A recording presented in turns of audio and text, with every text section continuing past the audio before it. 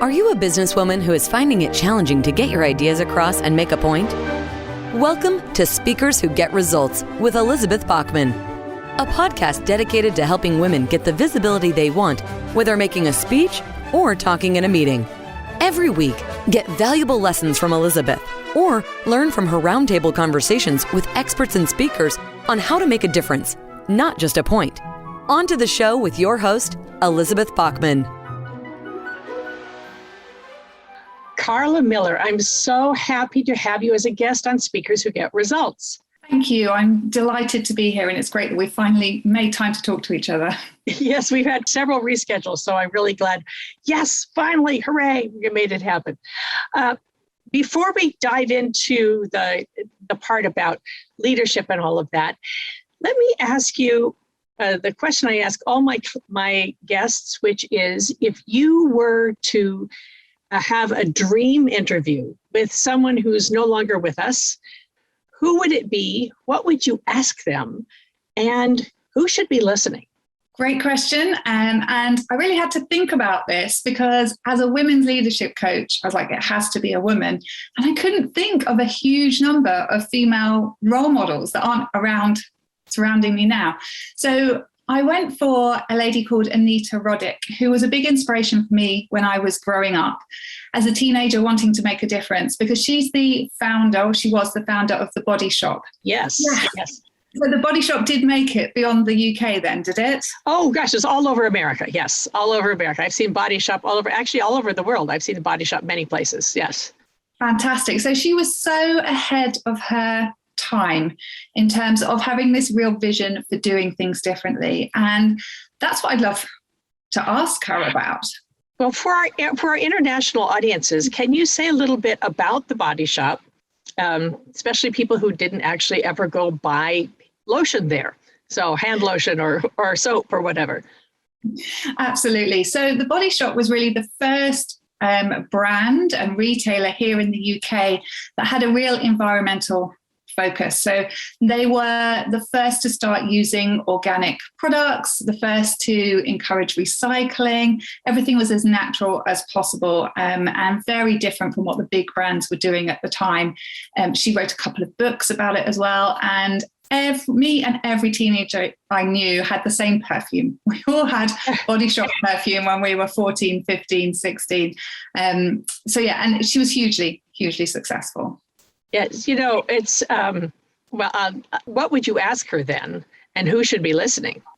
I would ask her about how she got the balance between going with her vision and her intuition and convincing stakeholders who were probably mainly male to get on board with that vision. So how did she mix that logic and numbers with inspiring people and the idea of just giving back and doing good and really getting that on the agenda? So for me, it's about how does she communicate and how does she get others on board with her vision? And I would just love all the women that I work with to be able to hear that, because I think that it's much easier to start to do that yourself when you can see that other people have done it successfully, when you can see that it's been done.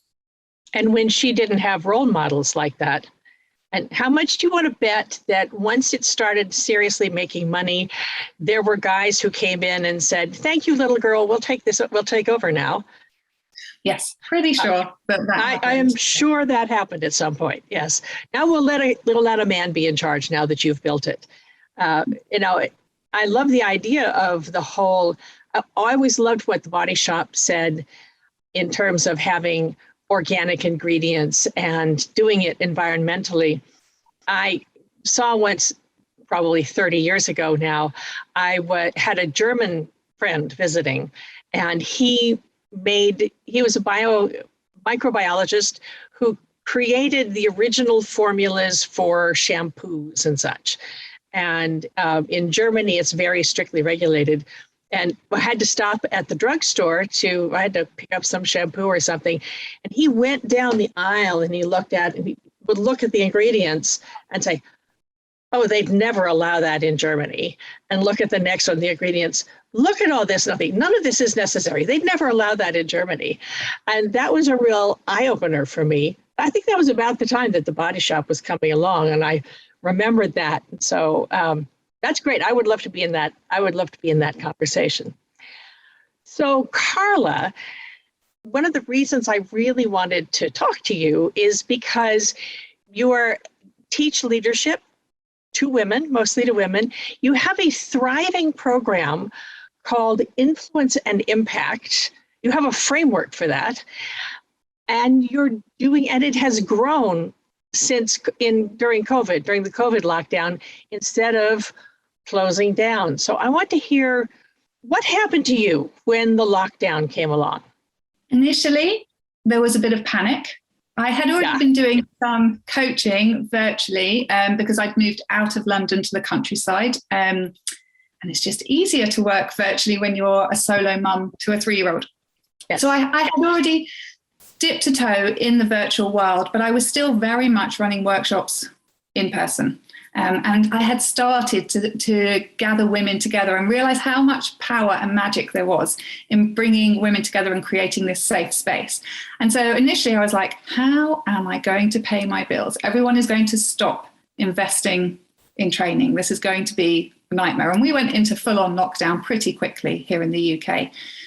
But actually, it turned out to be a huge opportunity for me because people still craved that connection. They still had issues. In fact, their communication issues, their influencing issues were exacerbated by having to do them virtually. Mm-hmm. Managers and leaders in particular suddenly had a much bigger duty of care because they were now having phone calls with people who were isolated because they were working alone, or they had their children climbing all over them whilst they were trying to work because our schools were shut. So there was a lot of need for it. And it just, I think, met a few of those needs in terms of connection and the skills that they needed. And I think also I have found, I don't know if you found this with your clients, but imposter feelings and self-doubt seem to have been increasing through working virtually as well, because you don't have those same reassuring touch points, do you? Yes, exactly. And really having a community is so important. And being able to realizing that it's okay to do it virtually. If you have to, yes, you get so much more information in person, but if you have to do it virtually, you have to do it virtually. So I totally understand that. One of the things that you talked about that I really wanted to ask you, we both talk about how you walk the tightrope between, as a female leader, between being considered bossy and being respected. And you've talked about that. I read it, how to lead and still be likable. Should we be likable as a leader? Is that possible? I believe that we can be likable and respected. That doesn't mean that people are going to like every decision that we make. Okay. I think it's absolutely possible. Should we be likable as a leader? I think if we're likable as people, because we want to bring our authentic selves to work. And personally, I think there is space for those leaders who are inspiring, who are engaging, who can resonate, who have empathy and compassion, and all these skills that actually women have brought to the table for years and have been undervalued. And now even big companies like Deloitte are starting to recognize that these are the skills that leaders need to have. I work with a lot of middle and senior managers, and I see particularly in the newer and middle managers what I call being a likable Lucy.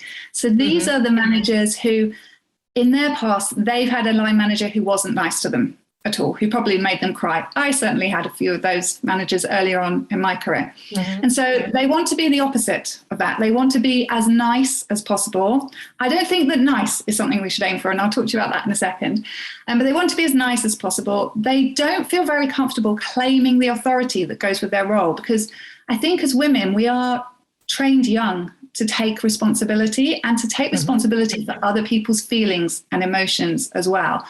But we often don't claim the authority that goes with the job title. So we're sat there with the weight on our shoulders, trying to keep our line manager happy, not put too much on our team, making sure that everyone likes us and not asking too much of them, not setting really clear deadlines and boundaries and expectations. And then we wonder why we're overwhelmed and overworked and stressed out and people aren't listening to us. So I try and help people move from being a likable Lucy into being what I call an impactful Izzy. So somebody who can have those clear conversations, but you can have them with kindness. Because I think nice is, I don't like conflict. I don't want to have that difficult conversation. They might not like me, or they might get upset. But actually, kindness is about being honest. You're not helping someone if you're letting them fail in their job, and eventually you're going to have to manage them out because you didn't want to have a difficult conversation about how they approach things, or the fact that they're not meeting deadlines. So I think that we can be kind and have compassion, but also be clear and be honest at the same time. Well, and that happens with men and women, the not wanting to have that difficult conversation.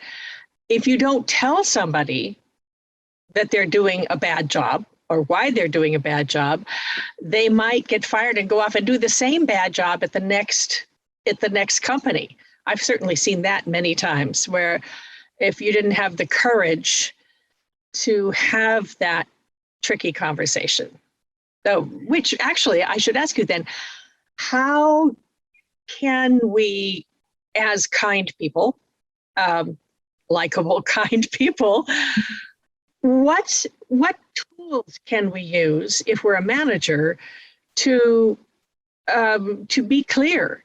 Because it's so easy to just burble along and not say anything. So what kind of tools can we use to deal with a difficult conversation? I've got two favorite tools that I like to use. The first is what I call your Cloak of Authority. So I came up with this concept a few years ago when the Harry Potter films were popular, and Harry Potter had a cloak of invisibility. So he put it on and no one could see him. And I was having to go into conversations that Carla, the person, did not want to have. I want to be liked as much as anybody else. And I want to be kind. I definitely don't want to upset anyone. But it was my job to have these conversations. Carla, the director, needed to have them. So I imagined that my job title was almost like this Cloak of Authority. When I put it on, that gave me the courage and the authority to step into that role fully and have those difficult conversations. So that's my first tool. And people seem to love using that, and use that. You can use that in interviews. You can use that when you're having to performance manage people, when you're going into a difficult, intimidating situation. Remember, actually, I earned my way here and I have the authority, even if you don't always want to hear what I have to say. And then the second tool is a really simple one. This isn't mine, but I'm afraid I don't know where it originally came from, which is if you're giving feedback to someone that you're line managing in particular, behavior, consequences, action. So this is the behavior you're exhibiting. So being as specific as possible, these are the consequences. So this is why it's a bad thing. This is why it's not helping us. And then finally, this is the action I'd like you to take differently. Because so often when we're giving feedback, we forget at least one of those crucial areas, and people go away feeling a bit shamed and confused because they don't know what to do better. And then that demotivates them rather than actually giving them specific feedback that they can then use to improve. Yeah, or just telling someone, I want you to do this action without telling them why. That's another version of that, indeed. What if it's your manager or your boss who's being difficult? I mean, how can we manage up or manage sideways and still retain the leadership and the likability the kindness that we want to keep? And this is really where my whole influence and impact framework came from, actually, because that's what it's about. It's not necessarily about managing downwards. It's about how we lead ourselves and how we manage sideways and upwards. So first of all, there's the framework, which are the three areas I think, I saw a lot of women struggling with. The first was about strengthening your inner leader, because if you doubt yourself, then you're operating from a place of fear, and it's really hard to then have those conversations. So we work on imposter feelings, self-doubt, setting boundaries, saying no. The second is around increasing your impact, and this is obviously a lot of the area that you work on as well, Elizabeth. How to get your voice heard, how to speak so that others will actually listen and take action. Being intentional about how you're perceived by others, working on your personal brand. And then finally, influencing for success. So speaking the language of senior stakeholders. So whilst I wish I could sum it up in one sentence for you in terms of what your listeners could do, I can't do that, but I can say those are the three areas to work on. I do have a feedback tool, which is the equivalent of that behavior, consequences, action, but for when you're feeding back sideways and upwards, because you have to be more delicate with that. You can't tell your line manager, this is what I need you to do differently, or not very easily anyway. So my suggestion is that we depersonalize it. So instead of this is your behavior, we talk about this is the situation that is causing issues. And then the consequences are these are the issues it's causing. And then you create a vision of how it could be different. So your solution is this is what I suggest we, and then the outcome, this is how things could be better once we've done that. So, for example, if I'm having this conversation as a director of marketing with someone who's a director of IT, and there are ongoing tensions between our team, then I would say, this situation is causing tension between our teams. There are lots of tensions. They're around information on our side, they're around pressure on your side. So acknowledging those. The consequences of that are that you and I are getting drawn into discussions that really we shouldn't be in at our level. Together, sit down and agree a framework for working together so that in the future, we don't have to get involved in those discussions and our team are clear on boundaries and expectations. So that's an example of it. It just depersonalizes it and makes it feel like you're working on it together rather than giving them negative feedback. That's wonderful. That's so helpful. It's so useful to have ideas of how to have these difficult conversations. As we're talking about this, one of the things I'm always very interested in is international business. And I'm wondering how you have noticed cultural differences as a manager or as someone who's being managed with people who have actually different assumptions about how the world works. I think that's a great question. And I'm starting to work more in that area at the moment. For me, it's about the need to have honest conversations, not to make huge generalizations. So I've been working, for example, within Influence and Impact, my program, there's 170 women at the moment. And I would say the majority are UK based because that's where my audience is, that's where my background is. But we have been welcoming more and more international members. And they talk about the different cultures that they're experiencing. Some cultures where, for example, women are not as well regarded as men within the workplace openly, or some cultures. So I work with quite a few Eastern European women where the culture is quite brisk in terms of communication. So there's not a lot of softening going on when you're talking to someone. And when you do that to someone in the UK, we're like, oh, okay, what's going on? Because we're all about what we consider to be politeness and manners. So I think it's really important to have those honest conversations one-to-one because everyone's individual about how do we work well together. As a line manager, as a leader, I always think it's good to have a conversation with the people who report to you saying, how am I helping you? And how am I making things harder for you? Tell me, let's be honest, so that I can then improve at what I'm doing as well. So that it's a two-way conversation. But also not making assumptions that everybody has the same experience. And that obviously comes in when you're talking about diversity and inclusion generally, doesn't it? I think, well, our eyes are being opened to the fact that everybody's experience of work is different. And some of us have been very privileged in our experience of work, and others have had a lot of barriers to face. And so I think generally we just need to have more conversations where we don't make assumptions about other people. Yeah. And one of the things I have done is with my trusted friends who are especially African American and also Asian, I say, please, if I say something insensitive, call me on it. Tell me so that I can catch myself. So my whole life long, the thing that has mostly gotten in trouble is my big mouth going in my, when I say something without thinking about it in my head. So that's been a lifelong challenge. And what I will do is often say, if I say something, how can we do this best? And if I say something, tell me later, please, not in front of everybody, but just say that was not a great thing to do. Just because I might have gotten lazy and said something that I thought was funny and it wasn't. So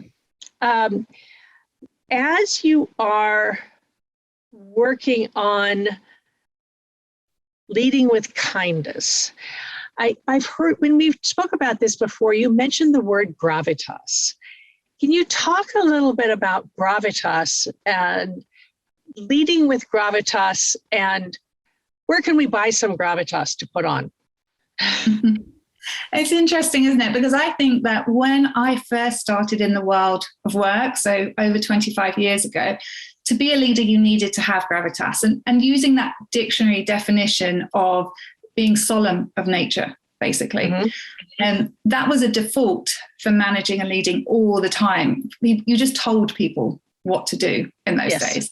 And things have evolved since then. So I feel quite strongly that being able to have gravitas is something that we need to pull on in particular times. So in times when we need to be solemn of nature, perhaps we are restructuring, performance managing, perhaps we're going into a room full of older men, and this has happened to me a lot in my career, a lot of old men in grey suits, and I'm the person who looks 10 years younger than she is, struggling to be taken seriously. There are times when we need gravitas, but I don't think that to be taken seriously as a leader, we should have to be solemn of nature all the time. I think we should be able to bring our personalities to work.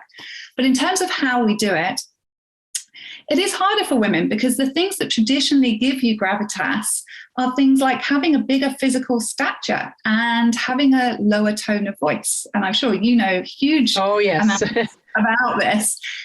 So there are things that we can do. We don't want to try and become like men, but we can, for example, make sure that we are slowing down when we're speaking, making sure that we're not letting our voices get all high-pitched when we get stressed out or nervous.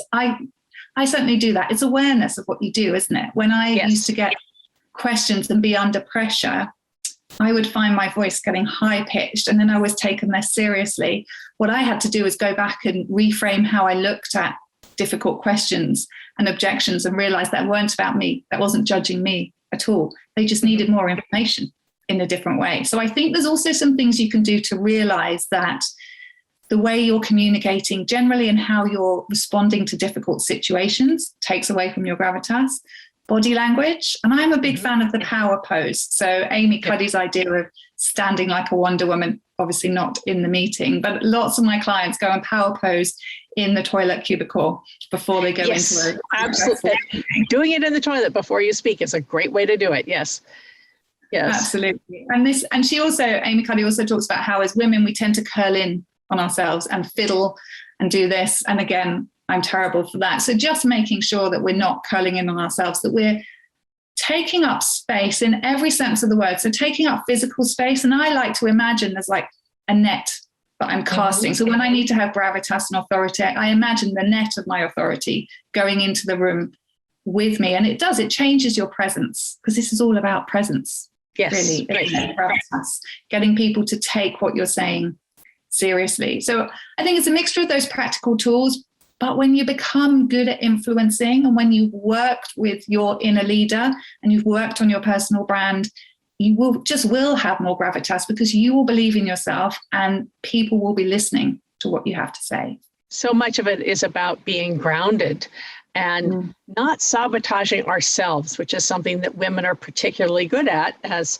sabotaging the way we speak or starting out with, sorry, but, could I please maybe say something instead of just saying it with your authority. Exactly. So often we use those, I call it caveating. We use those caveats that basically say, you probably don't have to listen to me on this because I might not be right. Yes. And if someone reflects that back to you, we'd be like, oh, yeah, no, that's not what I want to say. But actually, that is how so many of us caveat. Or at the end, we do that kind of shrug and we just want the attention. Rather than just sitting with that attention for a little bit longer to finish strong. Do you have any suggestions for how to catch yourself when you're doing these little unconscious sabotages? I have a list, actually. So what I suggest people do is notice, because I do this exercise with my influence and pack members, and I give some examples and they're like, I do that one. So first of all, notice because you will have one or two stock phrases for when you're about to raise a difficult point in a busy room and you feel uncomfortable. And you will also have your stock way of finishing. Maybe it's, well, that's it from me. So first of all, recognize them. Mm-hmm. And then secondly, have some phrases you can use instead. So instead of saying, that's it from me, or I might be wrong, you can say, so what are your thoughts? Or quite often people say, is that okay? At the end of their sentence. So instead, yes, what are your thoughts? Or what are our next steps here? Or do you have any input on that? So I actually have a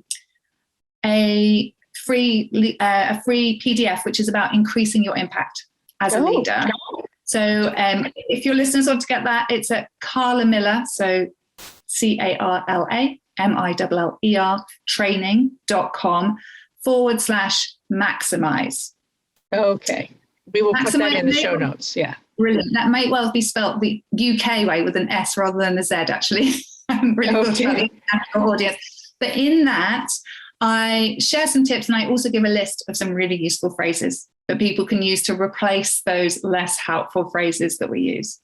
Oh, that's wonderful. Well, Carla, I'm so happy we finally made this work. I'm delighted to have you on Speakers Who Get Results.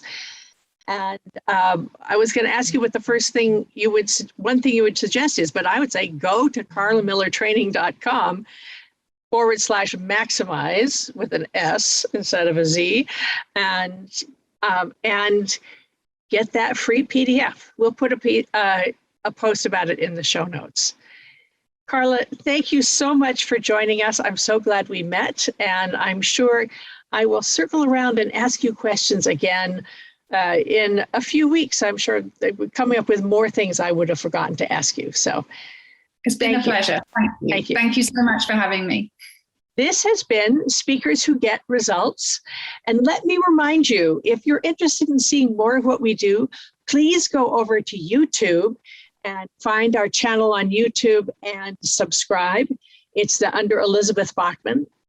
And if you're curious how your presentation skills are going, you can take our free assessment at speakforresultsquiz.com.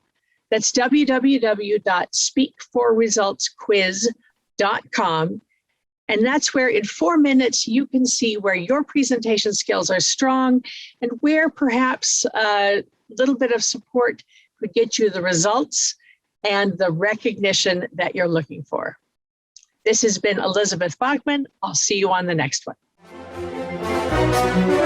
We have just concluded another great episode of Speakers Who Get Results with your host, Elizabeth Bachman. If you got value from today's episode, please feel free to share us with your friends and colleagues. You may also visit elizabethbachman.com for additional resources. Be sure to tune in every week for new episodes, and thanks for tuning in.